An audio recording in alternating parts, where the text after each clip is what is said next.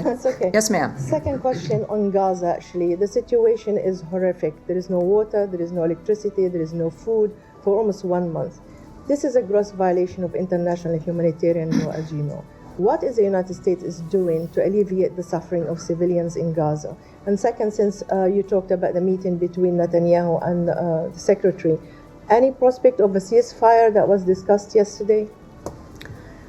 Our efforts to bring back the ceasefire that we were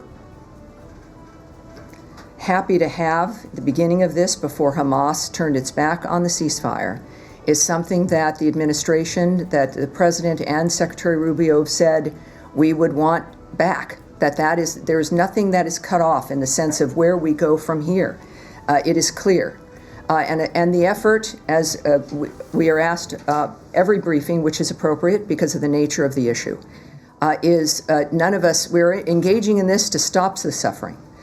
When there is a resumption of a conflict, and the nature of this conflict, with so many hostages also still being held, it of course disrupts the humanitarian aid. And that is something that concerns all of us and that we seek to change.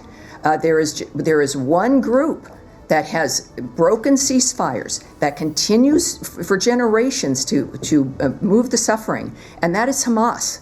It's a remarkable dynamic where you have multiple players here that are working and constantly making an effort to stop the carnage and the suffering and to stop the conflict on the ground so that humanitarian aid can flow.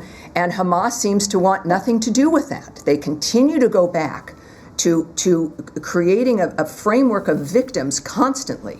So I would say that obviously our effort is to get a ceasefire on the ground again, specifically so we can get aid into the area, specifically so that we can discuss what the region understands, which is the need for a new way to move us out of this horrible cycle. And obviously that's what we've been dealing with for generations. President Trump is determined to end it once and for all, as is Secretary Rubio. They have one term, and this is why things have to move quickly. It never stops. Their efforts in the Middle East and on Gaza never stop.